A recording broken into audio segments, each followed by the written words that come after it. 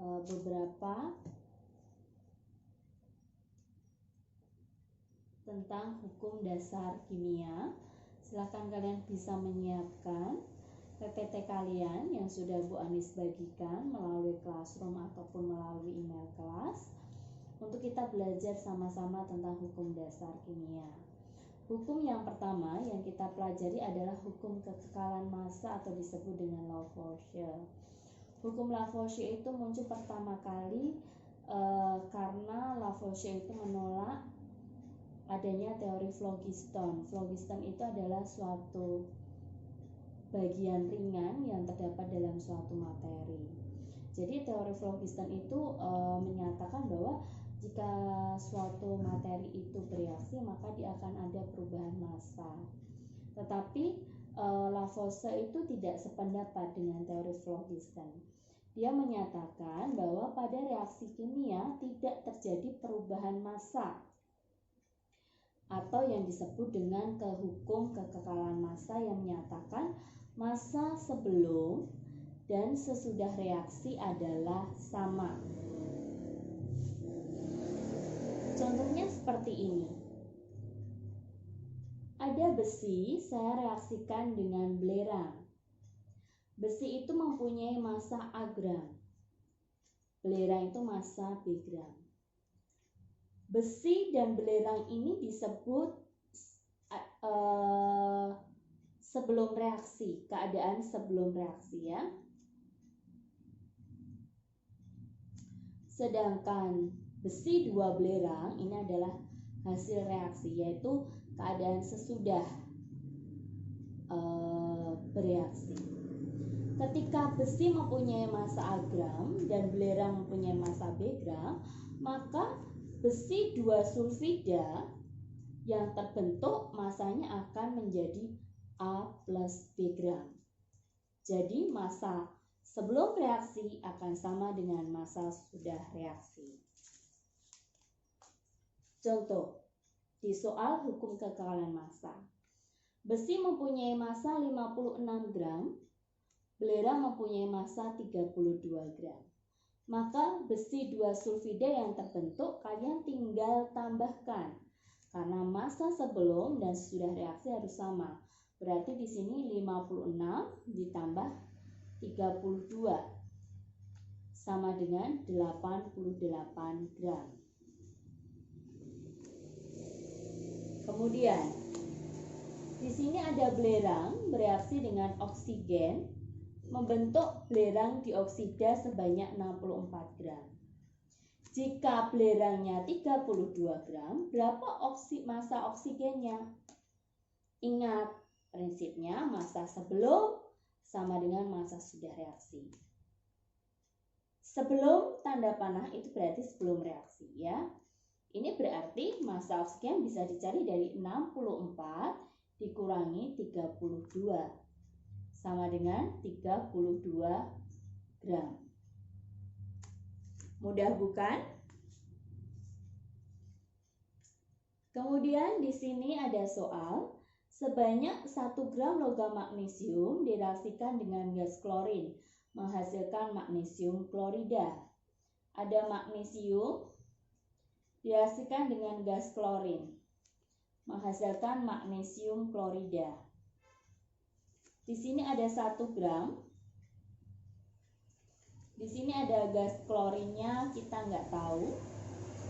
Menghasilkan sebanyak 3,9 gram magnesium klorida. Maka untuk mencari gas klorin sama dengan 3,9 dikurangi 1 sama dengan 2,9 gram. Mudah bukan untuk mengerjakan soal hukum kekekalan massa? Kita lanjutkan masih tentang hukum kekekalan massa. Pada pembakaran 2,4 gram magnesium di udara membutuhkan gas oksigen sebanyak 1,6 gram. Pembakaran berarti magnesium bereaksi dengan oksigen membentuk magnesium oksida, itu adalah MgO ya. Di sini magnesiumnya adalah 2,4 gram Oksigennya di sini adalah 1,6 gram. Pertanyaannya, berapa magnesium oksida yang terbentuk? Maka magnesium oksida yang terbentuk 2,4 gram ditambah 1,6 gram menjadi 4 gram. Ya. Demikianlah pembahasan hukum kekekalan massa. Kemudian saya lanjutkan dengan hukum perbandingan tetap atau hukum Lavoisier. Hukum perbandingan tetap, maaf, saya ada salah. Hukum perbandingan tetap atau hukum Proust. Hukum perbandingan tetap atau hukum Proust menyatakan bahwa perbandingan massa unsur-unsur dalam suatu senyawa adalah tertentu dan tetap. Contoh, perbandingan massa hidrogen dan oksigen dalam senyawa air ataupun H2O. Jika massa hidrogen 1 gram, massa oksigennya 8 gram, maka massa air yang terbentuk 9 gram.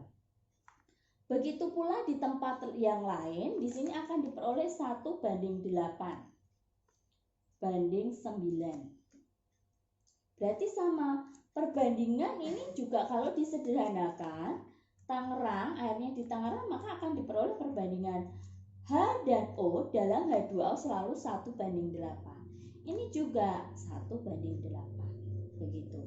Nah, kalau seperti ini bagaimana di Semarang? Massa hidrogennya 5 gram, massa oksigennya 24 gram. Kalau kita jumlahkan berarti 29 gram, berarti artinya ada yang lebih, massa yang lebih, ya. Berarti ini kali 5, ya kan? Ini kali 3, cari pengali yang kecil. Pengali yang kecil yang mana? Yang ini. Berarti kita bisa 1 kali 3 sama dengan 3 gram.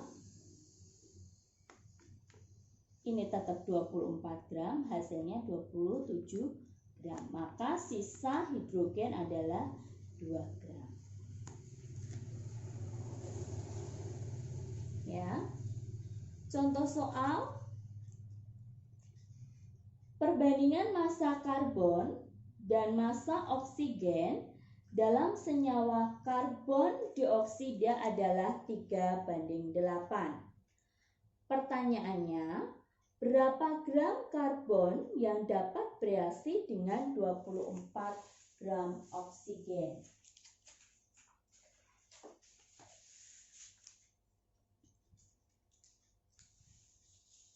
Ya.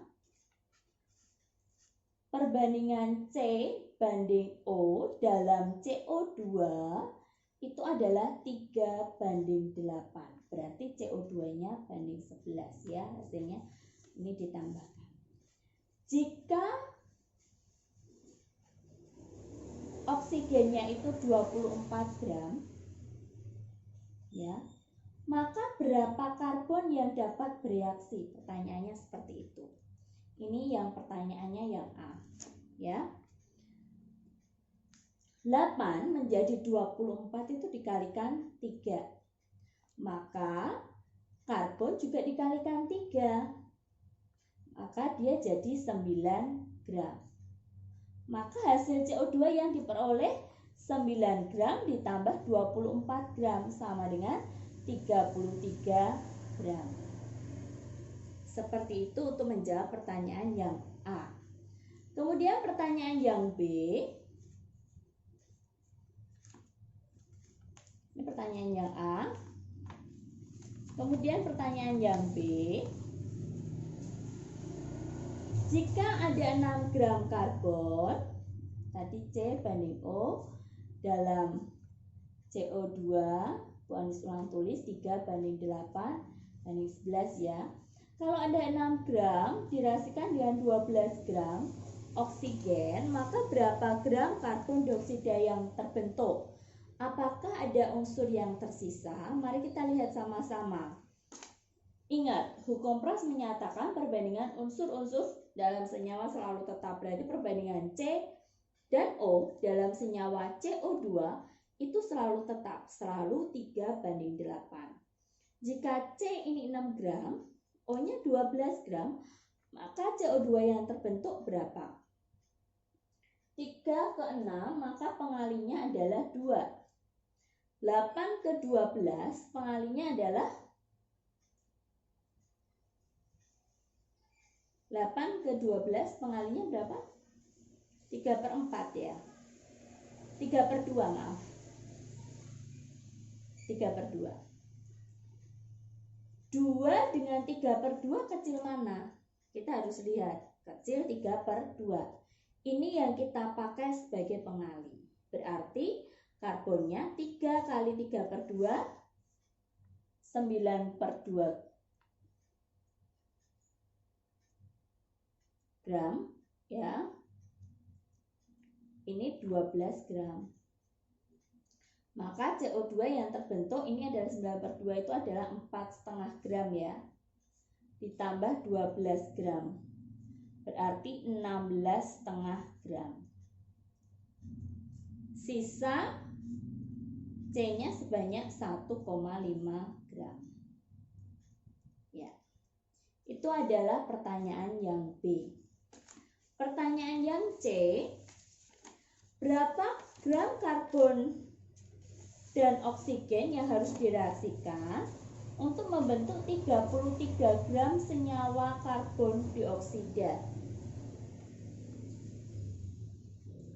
Karbon dan oksigen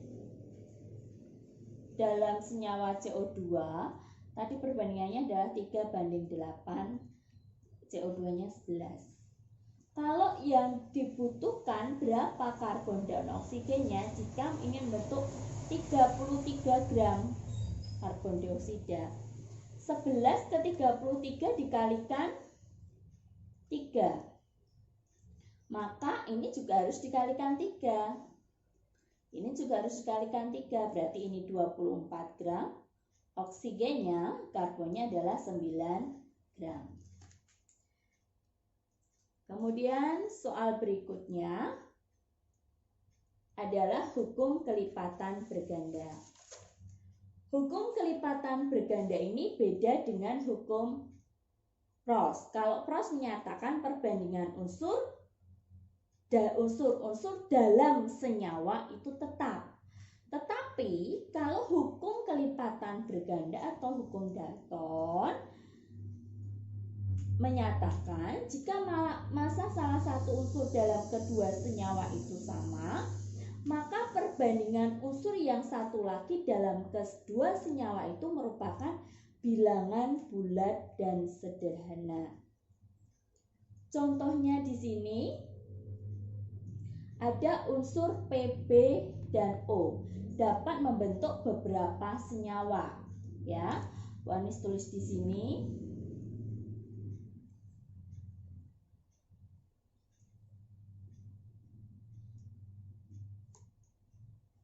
Senyawa Pb dan O dapat membentuk beberapa senyawa ya. Antara lain adalah senyawa PbO, berarti PbO perbandingannya adalah ini senyawa 1, 2, dan 3. Senyawa 1 adalah PbO. PbO, maka perbandingan unsur Pb dan O adalah 1:1. Kemudian membentuk senyawa yang kedua adalah PbO2. Maka perbandingannya adalah 1:2. Kemudian selanjutnya adalah Pb2O3. Maka perbandingannya adalah 2:3. Nah, maka perbandingan massa oksigen yang ditanyakan massa oksigennya berapa? O1 banding O2 banding O3 berapa? Supaya kita bisa tahu. Nah, untuk mencari perbandingan unsur lain dalam beberapa senyawa, maka unsur temannya ini dibuat tetap. Ya, berarti PB-nya ini dibuat tetap. Supaya tetap, ini saya kalikan 2, saya kalikan 2, saya kalikan 1. Sehingga diperoleh di sini perbandingannya 2 banding 2, 2 banding 4, 2 banding 3. Sehingga PB, massa PB-nya perbandingannya tetap, O-nya yang tidak tetap, karena yang ditanya. Maka didapatkan perbandingannya 2 banding 4 banding 3.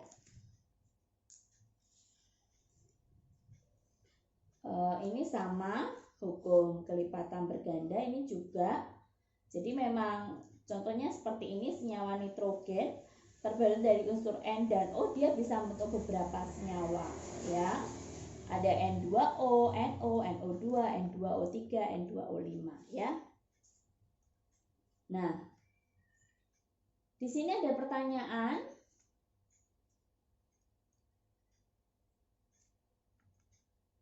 Hukum kelipatan berganda ada senyawa CO dan CO2. Perbandingan massa unsur-unsurnya di sini ada 12 gram, 12 gram karbon. Di sini juga 12 gram karbon. Massa karbon dalam CO2. Kemudian massa oksigen dalam CO adalah 16 gram. Massa oksigen dalam CO2 32 gram. Maka perbandingan massa oksigen dalam CO dan massa oksigen dalam CO2 langsung kita bisa cari 16 banding 32. Disederhanakan 1 banding 2. Kenapa kita bisa langsung seperti ini? Karena massa unsur yang satunya sudah tetap, ya, sudah 1. Kemudian di sini ada senyawa pertama NO, senyawa kedua adalah N2O. Di sini massa nitrogen dalam NO adalah 14 gram. Massa nitrogen dalam dinitrogen monoksida 28 gram. Sedangkan massa oksigen dalam kedua senyawa itu sama. Maka kita bisa cari perbandingan massa nitrogen senyawa pertama dan massa nitrogen dalam senyawa kedua, kita bisa tulis 14 banding 28. Disederhanakan 1 banding 2. Oke. Ya, ini bunyi hukum kelipatan berganda atau Dalton. Kita akan kerjakan soal-soal lain. Ya, kita akan kembali mengerjakan soal hukum kelipatan berganda atau hukum Dalton.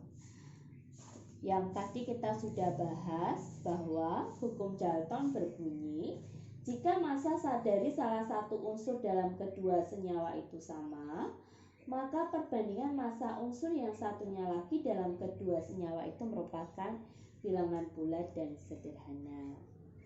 Di sini ada unsur A dan unsur B dapat membentuk 2 senyawa. Kita bikin dulu. Seperti ini. Senyawa itu terbentuk dari unsur A dan unsur B.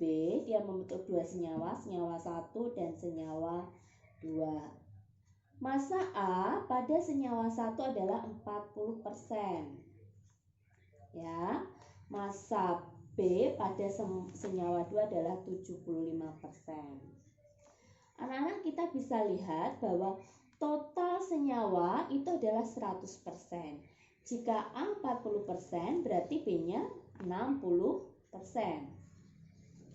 Jika B 75%, berarti A-nya 25%.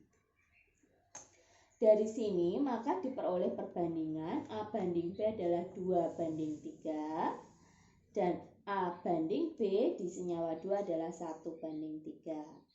Maka didapatkan perbandingan A1 banding A2 sama dengan 2 banding 1. Karena B-nya sudah sama, jadi kita tidak perlu samakan lagi. Bagaimana Bu jika mencari perbandingan B1 banding B2? Sebenarnya mudah anak-anak. Jika perbandingan A1 dan A2 sudah diketahui 2 banding 1, maka B1 banding B2 dibalik saja 1 banding 2. Kenapa seperti itu? Kita coba. Kita akan samakan A-nya. Kalau kita samakan A-nya berarti di sini kalikan 1 kalikan 2, maka diperoleh di sini 2 banding 3, di sini diperoleh 2 banding 6. Maka diperoleh perbandingan 3 banding 6 didapatkan 1 banding 2. Kita beroleh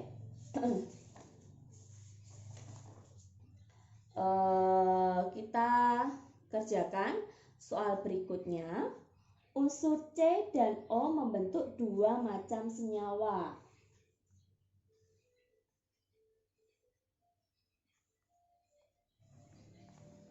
C dan O membentuk 2 macam senyawa, senyawa 1 dan senyawa 2. Massa C pada senyawa 1 adalah 3/7. Kalian tahu bahwa suatu senyawa itu utuh satu bagian. Kalau C-nya 3/7 bagian, maka ini kan berarti kalau 1 penuh itu kan 7/7 ya, 1 bagian. Maka O-nya adalah 4/7. Massa O pada senyawa 2 adalah 8/11. Maka ini kan totalnya 11/11. Maka C-nya adalah 3/11. Diperoleh di sini perbandingan C dan O untuk senyawa 1 dan 2. Ini adalah 3 banding 4, kemudian ini 3 banding 8. Maka perbandingan massa O pada senyawa 1 dan 2 adalah O1 banding O2 sama dengan 4 banding 8. Kalau disederhanakan 1 banding 2.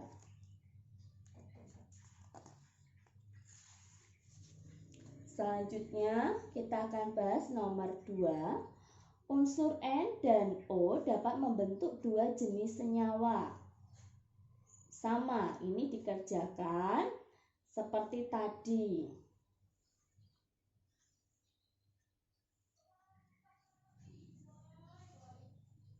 Senyawa 1 dan 2 ada unsur N dan O. Ya. Unsur N pada senyawa 1 adalah 7/23 bagian. Maaf, ini senyawa 1, ini senyawa 2 ya. Dan senyawa O dan massa O pada senyawa 2 adalah 12/19.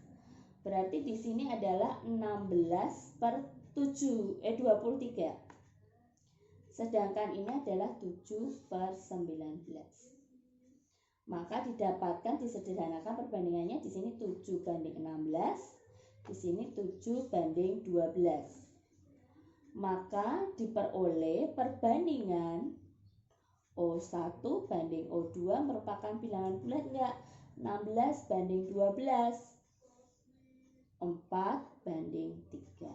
Maka ini memenuhi hukum kelipatan berganda.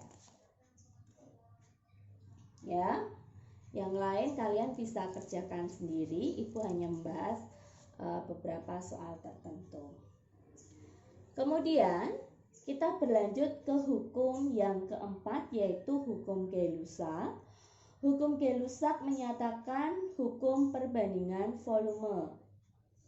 Pada suhu dan tekanan yang sama, perbandingan volume gas-gas yang bereaksi dan hasil reaksi merupakan perbandingan bulat dan sederhana.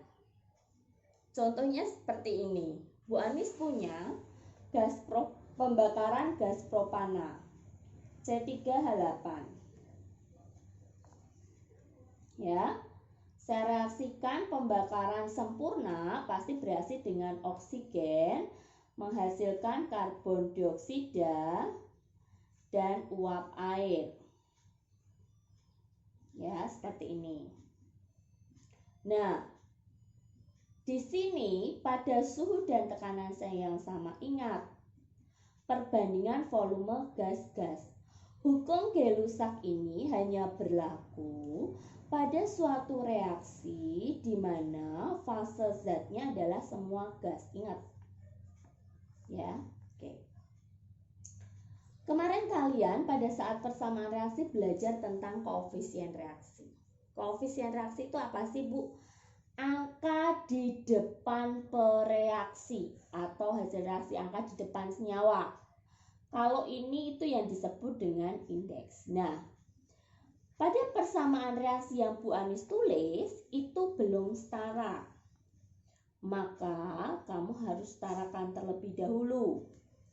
C di sini 3, maka di sini C-nya harus 3. Maka di sini koefisiennya saya berikan 3. Ya. Kemudian kita lihat H di kiri berapa? 8. Di kanan hanya 2. Maka kau kalikan 4. Karena di sini masing-masing ada O, maka O-nya akan berubah jumlahnya. Di sini 6 ditambah 4, 10. Maka di sini kalikan 5. Nah, berarti didapatkan perbandingan koefisiennya 1 banding 5 banding 3 banding 4. Ya. Didapatkan perbandingan koefisiennya demikian. Maka jika misalkan Bu Anis punya, di sini ada 2 liter gas propana. 1 bagian 2 liter. Berarti untuk 5 bagian sama dengan 10 liter. Untuk 3 bagian sama dengan 3 kali 2, 6 liter. Untuk 4 bagian maka 8 liter. Ya, itulah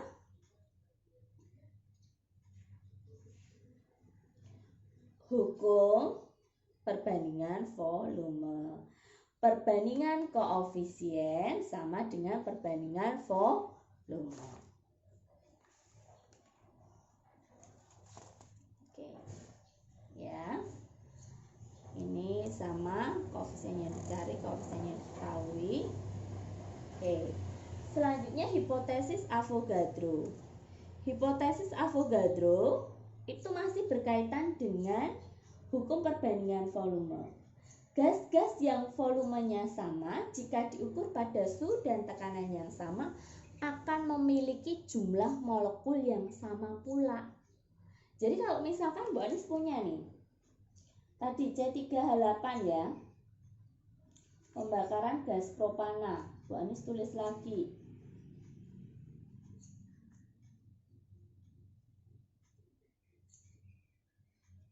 Ini tadi 3, ini 4 ya.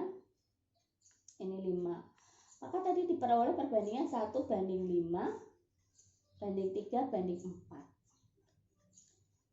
Kalau hukum Gay-Lussac itu kita menyatakan perbandingan koefisien sama dengan perbandingan volume. Tetapi pada hipotesis Avogadro, perbandingan koefisien sama dengan perbandingan jumlah molekulnya. Jadi kalau ini Bu Anis punya jumlah molekulnya di sini 6,02 kali 10 pangkat 23 molekul. 1 bagian sekian, gitu kan? Berarti kalau 5 bagian berapa? Ya tinggal kamu kalikan 5. 5 dikali 6,02 kali 10 pangkat 23 molekul. Gitu ya. Untuk 3 bagian berapa ya? Udah 3 kali 6,02 kali 10 pangkat 23 molekul. 4 bagian bagaimana ya? Sama, 4 kali 6,02 kali 10 pangkat 23 molekul. Seperti itu. Mudah bukan? Untuk memahami hukum dasar kimia. Ini tinggal kamu hitung. Sama dengan berapa? 5 kali 6,02. Kamu hitung sendiri di rumah. 3 kali 602 berapa? Ya. Oke. Itu adalah hubungan hukum Gay-Lussac dan hipotesis Avogadro. Sekarang kita ke contoh soal hukum Gay-Lussac dan hipotesis Avogadro ya. 1 liter T, T, P ini yang dimaksud itu diukur pada suhu dan tekanan yang sama. T itu adalah temperatur, P itu adalah pressure. Gas nitrogen bereaksi dengan 2 liter gas oksigen membentuk 1 liter gas X. Gas nitrogen itu rumusnya adalah N2. Gas oksigen itu rumusnya adalah O2. Membentuk 1 liter gas X. Berarti saya punya N2 dan O2 membentuk senyawa NXOY. Saya nggak tahu senyawanya apa, itu yang justru dicari. Ya, supaya kita bisa tahu rumus senyawanya ini apa, maka kau harus tahu dulu perbandingan koefisiennya. Sehingga kalian bisa menyetarakan jumlah atomnya. Masalahnya ini kita tidak tahu. Ya, tetapi ada clue di sini yaitu volume. Ingat, perbandingan volume sama dengan perbandingan koefisien.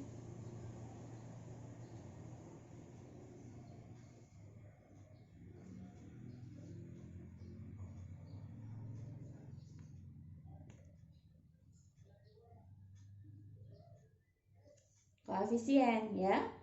Berarti kalau di sini ada 1 liter, di sini ada 2 liter, dan di sini ada 1 liter. Maka diperoleh perbandingan 1:2:1. Begitu kan? Berarti ini 1 koefisiennya, ini 2, ini 1. Gitu kan?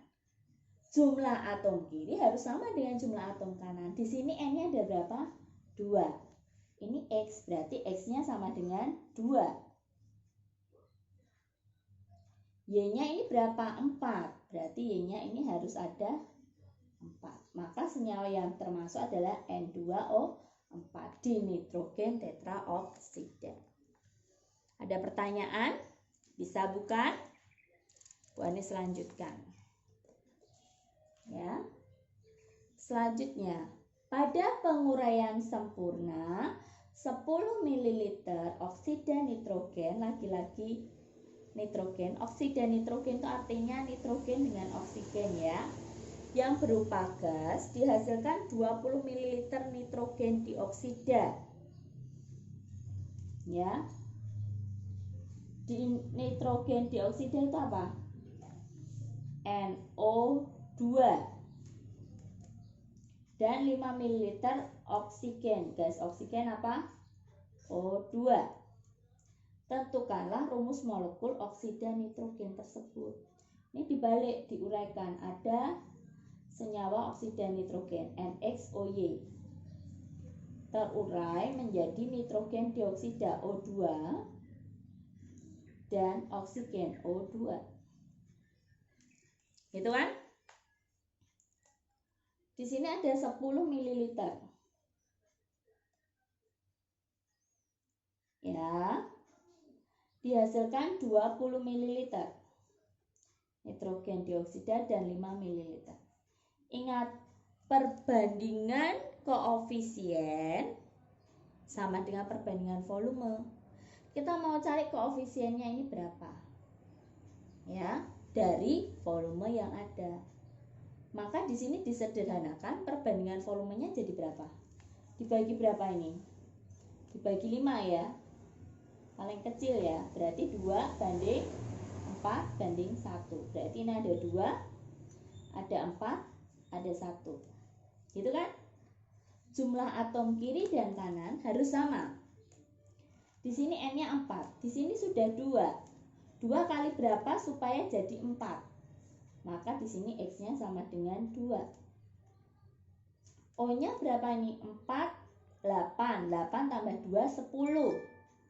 Supaya O-nya 10, 2 kali berapa? Berarti Y-nya sama dengan 5. Maka diperoleh rumusnya adalah N2O5. Dinitrogen pentaoksida. Mudah bukan?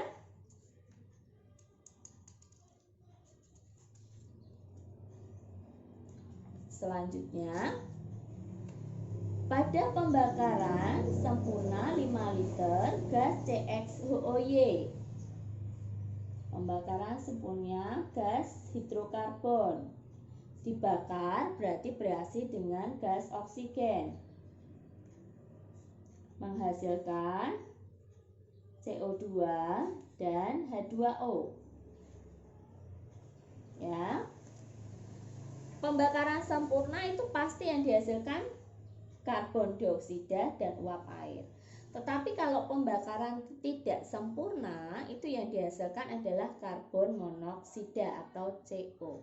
Nah, di sini kamu disuruh menentukan rumusnya CXHY ini dari mana. Itu kan? Oke, kita akan pelajari sama-sama. Di sini ada 5 liter. Kemudian di sini ada 15 liter. Dihasilkan 10 liter gas karbon dioksida. Di sini nggak tahu. Di sini nggak tahu berapa liter. Oke. Dari sini kamu bisa cari koefisiennya nggak? Bisa. Di sini berarti perbandingannya 1 banding 3 banding 2. Berarti sini ada 3, ada 2. Gitu kan? Nah, kemudian cari koefisiennya ini dari mana ya, Bu? Koefisiennya H2O ini dari mana gitu kan? Nah, kita bisa lihat dari jumlah O-nya. O-nya ini 6. Ini sudah 4, berarti butuh 2. Berarti butuh 2O, maka di sini kalikan 2. Sehingga didapatkan X-nya itu adalah 2 karena di sini C-nya 2. Y-nya itu adalah 4. Maka didapatkan C2H4. Ya, namanya adalah etena. Nah, kalau seperti ini bagaimana ya, Bu? Pada pembakaran sempurna 5 liter campuran, ada campuran CH4 gas. Pembakaran kamu tulis masing-masing reaksinya dulu. Plus O2 menjadi CO2 dan H2O.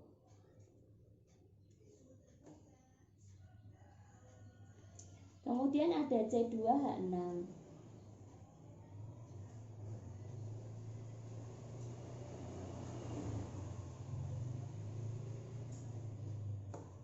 Nah, kalau sudah kamu tulis seperti ini, kamu disuruh, kamu ditanyakan, ya, totalnya CO2 ini yang terbentuk berapa? 7 liter, gitu kan? Yang ditanyakan ini berapa, ini berapa. Jadi ada suatu campuran, ada CH4 dan C2H6. Ini total 10 liter, gitu kan? Gitu kan? Kalau misalkan Bu Anis pakai di sini CH4-nya X, maka C2H6-nya 10 min X, gitu kan? Ya kan? Karena totalnya 10 liter. Nah, kalau sudah seperti ini kamu setarain dulu ya. Ini C-nya 1, ini C-nya 1, hanya di sini 4, maka dikalikan 2. Maka O-nya ada 4, maka dikalikan 2. Dapat perbandingan 1 banding 2 banding 1 banding 2. Kemudian yang ini C2H6, C-nya 2, maka di sini kalikan 2. Hanya 6, maka di sini kalikan 3. 4 tambah 3, 7. Berarti di sini 7/2. Gitu kan? Supaya tidak pecahan, maka kalikan 2 semua. Ini 2, ini 7, ini 4, Ini 6. Ya. Nah, kalau sudah seperti ini kamu masukkan. Di sini dimisalkan CH4 dan C2H6 itu totalnya adalah 10 liter. Maka kalau kita misalkan CH4 itu X, maka C2H6-nya 10 min X. Kalau di sini X, maka di sini 10 min X. Gitu kan? Ya sudah, kita kerjakan. 1 bagian X, maka 2 bagian 2X. 1 bagian X, 2 bagian 2X. Gitu. Gitu kan? Kemudian 2 bagian 10 min X. Berarti kalau 7 bagian ya 7 per 2 kali 10 min X. 4 bagian, 2 bagian 10 min X. 4 bagian berarti 4 per 2. 4 per 2 itu berapa? 2. 2 kali 10 min X. 2 bagian 10 min X. 6 bagian 6 per 2. Berarti berapa? 3. 3 kali 10 min X. Maka kamu akan dapatkan ini dijumlahkan. Kan kita mau hitung X-nya ini berapa ya. Ini didapatkan X tambah 2 kali 10 min X sama dengan 7 liter. Ya, Bu Anis kerjakan di sini. Di atas ini ya. X plus 2 kali 10 min X sama dengan 7 liter. X plus 20 min 2X sama dengan 7. Maka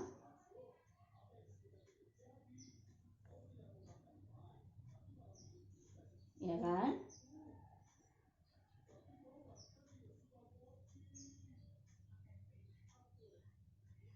Maka dipindahkan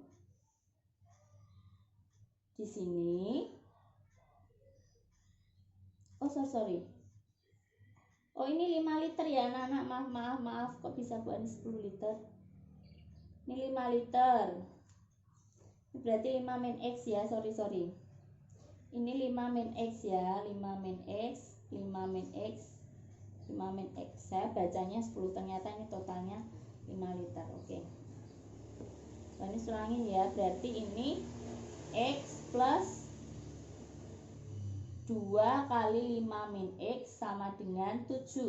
Gitu ya. X plus 10 min 2X sama dengan 7. Berarti X sama dengan 3 liter. X 3 liter punya siapa? Berarti CH4. CH4 itu 3 liter. Maka C2H6-nya berapa liter? 5 min X, 5 min 3 sama dengan 2 liter. Ya, demikian pembahasan untuk hukum dasar kimia. Selamat belajar, semoga bermanfaat. Tuhan Yesus memberkati.